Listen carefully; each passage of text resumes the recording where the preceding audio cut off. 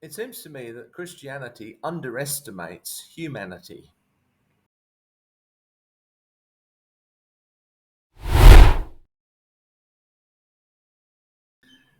Christianity underestimates the capacity of human beings for both good and for evil.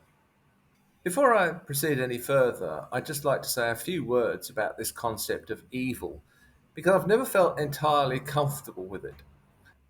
It's all too easy to apply this epithet to some particular group and then see them as an evil that needs to be eradicated.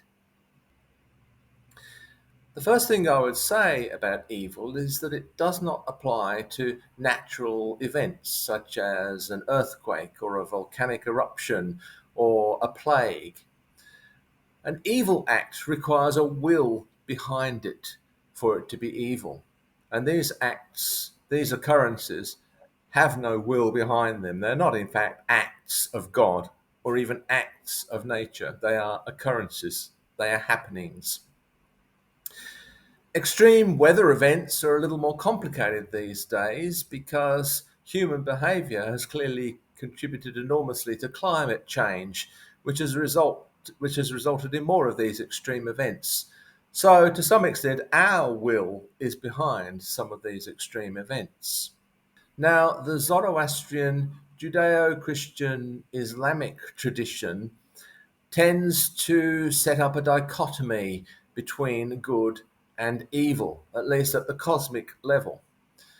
It tends to invest all goodness in one being, God, and all evil into another being, the devil or Shaitan or whatever you want to call him.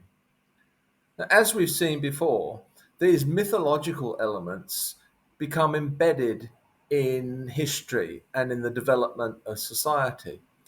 So there is a tendency in human history to divide people into good and evil. There are those who follow God and those who are the servants of the devil.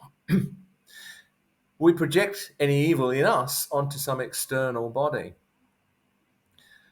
But the reality is that every one of us is capable of both good and evil deeds. Even those among us who we consider most evil are capable of good. And even those amongst us who we consider the best of us are capable of evil. And in both cases, not just capable, but do actually commit from time to time these acts. So evil people can and do perform good acts, and good people can and do perform evil acts. It's not easy for us to accept this. It's much easier to divide people up into groups of good people and bad people rather than to see the divide within ourselves. I think it's very important that we, as human beings and as the human race, accept both responsibility for our evil deeds and credit for our good deeds. I get very irritated when people talk about medicine as a gift from God or other developments as gifts from God. They are not.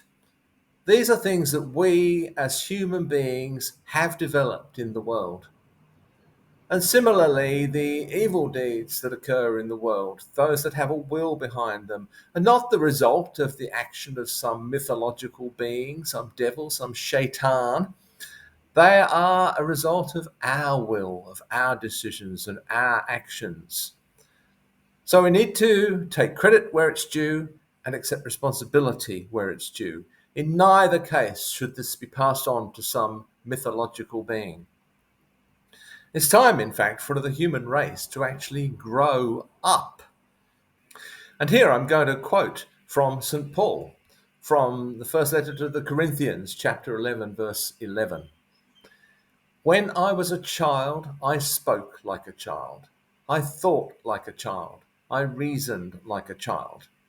When I became a man, I gave up childish ways.